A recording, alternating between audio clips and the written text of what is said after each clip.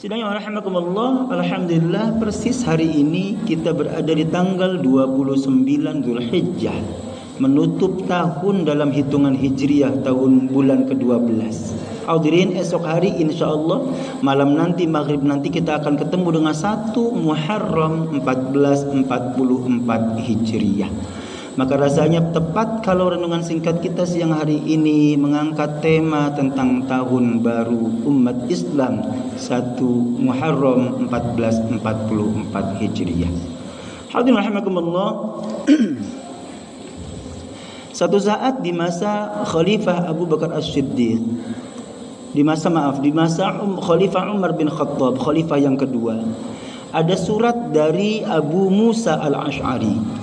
Abu Musa Al-Asy'ari ini adalah aslinya orang Yaman, menjadi sahabat Nabi sallallahu alaihi wasallam. Di saat perang Badar, perang pertama yang baginda ikuti, beliau adalah orang yang mampu menebas lehernya Abu Jahal. Orangnya kecil tapi luar biasa perjuangannya. Abu Jahal mati di tangan Abu Musa Al-Asy'ari. Abu Musa Al-Asy'ari punya keistimewaan luar biasa. Satu di antaranya adalah beliau suaranya indah sekali. Bahkan Nabi sallallahu alaihi wasallam sering ingin diperdengarkan ayat Al-Qur'an dibacakan oleh Abu Musa Al-Asy'ari. Kata Nabi, utita bimazmurin mimazamir Daud. Engkau diberi seruling di antara seruling-serulingnya Nabi Daud alaihi salam. Alhamdulillah, sepeninggal Nabi sallallahu alaihi wasallam, kurang lebih 6 tahun sepeninggal Nabi, saat itu Umar bin Khattab menjadi khalifah. Abu Musa Al-Asy'ari ditugaskan menjadi gubernur. Gubernurnya di Basrah, sekarang Irak. Dulu ada 2 kekuatan utama kota besar di Irak, yakni Basrah dan Kufah. Gubernur Basrahnya adalah Abu Musa Al-Asy'ari. Hadirin, satu saat Abu Musa Al-Asy'ari mengirim surat kepada Khalifah Umar bin Khattab di Madinah. Ya Khalifah, saya punya 2 surat. Ada tanggalnya, ada bulannya, tapi saya tidak tahu mana duluan. Apa sebab? Sebab tidak ada tahun di situ. Yang ada hanya tanggal dan bulan. Hadirin, ketahuilah bahwa kalau kita beranggapan bahwa tahun Hijriah ini sudah ada di zaman Nabi, ternyata belum. Di zaman Nabi belum ada yang namanya kita sebut hari ini sebagai tahun Hijriah. Hadirin, zaman Nabi tahun tanggalnya sudah ada, benar. Karenanya kita tahu Nabi SAW lahir tanggal 12 bulan Rabiul Awal. Tapi tahun berapanya tidak disebutkan. Yang ada cuma tahun gajah. Sebab masyarakat Arab saat itu belum menggunakan sistem penanggalan langsung dengan tahunnya. Hadirin, Khalifah Umar bin Khattab mendapatkan surat dari Abu Musa Al-Asy'ari, terketuk hatinya. Iya, kenapa umat Islam tidak punya sistem penanggalan? Padahal banyak di antara ubudiyah umat Islam ini terkait dengan penanggalan.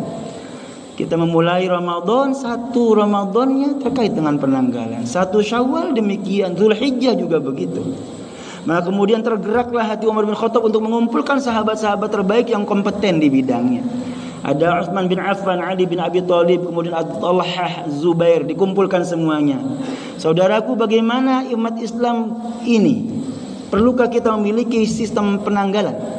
Semua sepakat, ya Umar, semua butuh, kita semua butuh sistem penanggalan. Lalu kata Umar bin Khattab, apa yang dijadikan sebagai patokan untuk menjadi awal tahun tonggak pertamanya tahun Islam ini? Yang satu bilang, Umar, karena ini Islam dibawa oleh kelahirannya baginda Nabi Muhammad SAW, maka kelahirannya Nabi kita jadikan sebagai patokan awal tahunnya Islam. Yang satu lagi bilang, Umar, ketika Muhammad dilahirkan belum lagi menjadi Nabi dan Rasul. Baginda Nabi baru diangkat menjadi Nabi dan Rasul pada usia 40 tahun. Maka tahun diangkatnya Nabi sebagai Nabi dan Rasul, itulah tahunnya umat Islam. Sayyidina Ali karramallahu wajhah kemudian angkat tangan, ya Khalifah, menurut saya dua-duanya baik tapi tidak tepat, bahaya. Apa sebab? Yang pertama, kalau kita jadikan kelahiran baginda Nabi Muhammad SAW sebagai tonggak awal kelahirannya umat, kelahiran tahun barunya Islam, maka saya khawatir nanti generasi setelah kita, umat Islam mengkultuskan baginda Nabi sedemikian rupa sampai kemudian mendaulatnya menjadi Tuhan. Dan itu sudah terjadi pada umat yang lain. 2022 ini disebut sebagai tahun Masehi, dihubungkan dengan Isa Al-Masih. Nabi Isa adalah nabi dan rasul, baru didaulat menjadi Tuhan pada tahun 325 Masehi di Konsili Nicea. 300-an tahun kemudian dia baru didaulat menjadi Tuhan. Kata Sayyidina Ali, kalau kita jadikan kelahiran Nabi Muhammad SAW sebagai tahun awal Islam, saya khawatir nanti generasi kita akan menuhankan baginda Nabi Muhammad SAW. Lalu bagaimana Sayyidina Ali? Kalau kemudian kita jadikan diangkatnya Nabi Muhammad SAW sebagai Nabi menjadi tonggak awal tahun Islam, apa yang dibanggakan kata Sayyidina Ali? Karena faktanya setelah Nabi Muhammad SAW diangkat menjadi Nabi dan Rasul, umat Islam di Makkah ditindas 13 tahun lamanya, dipinggirkan di pojok-pojok peradaban, tidak punya kekuatan apapun. Apa yang dibanggakan kata Sayyidina Ali?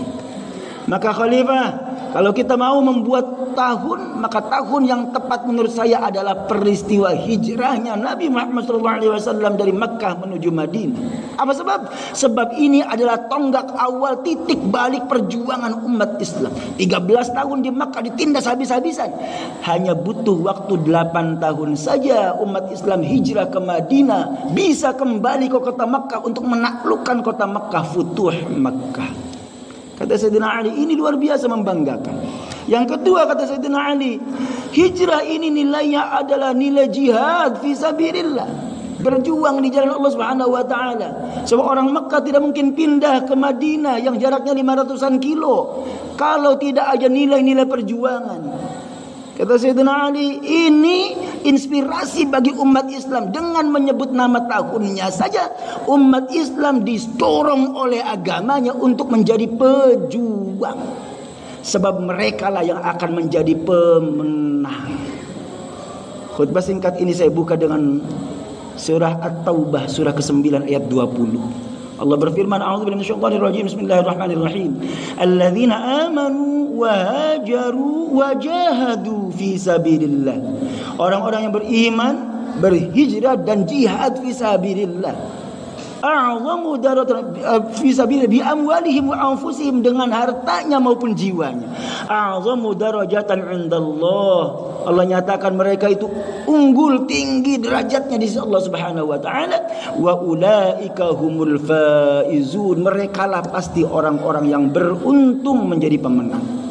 Hadirin rahimakumullah, inilah sekilas riwayat berkenaan dengan awal mula penetapan tahunnya umat Islam, dan itu sebab kemudian tahun ini disebut sebagai tahun Hijriyah. Hadirin, kalau begitu maka makna yang paling awal, hikmah yang paling mendasar untuk kita jadikan pegangan dalam kehidupan kita adalah setiap umat Islam hendaknya menjadi orang yang senantiasa mau bergerak, berhijrah dari satu tempat ke tempat yang lain.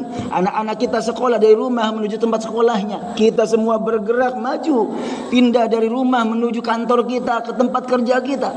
Istri kita nganterin anaknya, ngurus rumah tangganya, semuanya adalah hijrah. Itu tujuannya jihad fi sabilillah dengan bagian masing-masing, sesuai dengan porsinya masing-masing. Hadirin rahimakumullah, ini hikmah pertama dari hijrah 1 Muharram 1444 Hijriah. Hadirin, hikmah yang kedua tidak kalah penting adalah hijrah ini hendaknya membuat kita umat Islam tersadar agar melek ilmu pengetahuan, menjadi orang yang cinta ilmu pengetahuan dan teknologi. Karena kita tidak mungkin melakukan perhitungan penanggalan kalau kita tidak mengerti teknologi. Hadirin rahimakumullah, kalau kita cermati Al-Quran, betapa banyak Al-Quran ayat-ayatnya, surahnya berbicara tentang alam semesta. Mari kita lihat dalam konteks waktu, Masya Allah luar biasa. Allah menyebut bahkan bersumpah dengan waktu-waktu dan benda angkasa yang menyebabkan waktu. Allah bersumpah dengan benda angkasa penyebab waktu di bumi, matahari, wasyamsi wadduhaha. Allah bersumpah dengan sebab waktu yang lain, perhitungan qamariyah, wal qamari idza talaha. Allah bersumpah dengan langit, was samai wat tariq. Allah bersumpah dengan bumi, wal ardi wa ma tahaha, wa nafsi wa ma sawaha. Allah bahkan bersumpah dengan bintang gemintang, wan najmi idza hawa ma dhalla sahibukum wa ma ghawa wa ma yantiqu 'anil hawa. Allah bahkan bersumpah dengan langit yang memiliki gugusan bintang yang kita sebut sebagai galaksi. Was-samaa'i dzatil buruj wal yaumil maw'ud wa syahidin wa mashhud. Kenapa sumpah Allah ini tidak menginspirasi kita umat Islam untuk menjadi orang yang canggih ilmu pengetahuannya, memahami alam semesta yang sedemikian luasnya? Hadirin rahimakumullah, sumpahnya Allah ini bahkan luar biasanya Allah jadikan sebagai nama surah. Ada surah Asy-Syams, ada Al-Qamar, ada An-Najm, ada Masya Allah. Hadirin rahimakumullah, bahkan Allah bersumpah dengan waktu-waktu yang ada di bumi. Yang paling awal, wal fajr wal layalin ashr wasyaf'i wal watr. Naik sepenggala, wadduha wal laili idza saja ma wadda'aka rabbuka ma qala. Sampai ke belakang, wal asr innal insana lafi khusr. Allah bersumpah dengan waktu-waktu. Ini pasti menunjukkan bahwa waktu itu luar biasa pentingnya untuk kita. Bahkan juga itu inspirasi untuk kita mengamati alam semesta. Surah An-Nisa surah keempat ayatnya 190, 90, 191. Allah berfirman, "Inna fi khalqis samawati wal ardi wa ikhtilafil laili wan nahari laayatin liulil albab." Sesungguhnya dalam penciptaan langit dan bumi, pergantian malam dan siang adalah tanda kebenaran, kebesaran agama Allah Subhanahu wa taala ini bagi orang yang berfikir. Alhamdulillah, kenapa kita tidak merenungkan alam semesta ini? Hadirin, semesta raya ini luar biasa luasnya. Kalau kita pengen mengamati dari ujung kanan ke ujung kirinya, menurut ilmu pengetahuan yang hari ini kita dapatkan, ternyata butuh waktu yang sangat lama.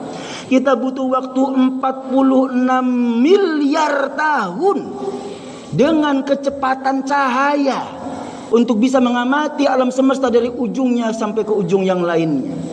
46 lebih miliar tahun kecepatan cahaya. Kecepatan cahaya sendiri per detiknya 300.000 kilometer per detik. Jakarta Surabaya 1000, bahkan 300 kali Jakarta Surabaya 1 detiknya cahaya.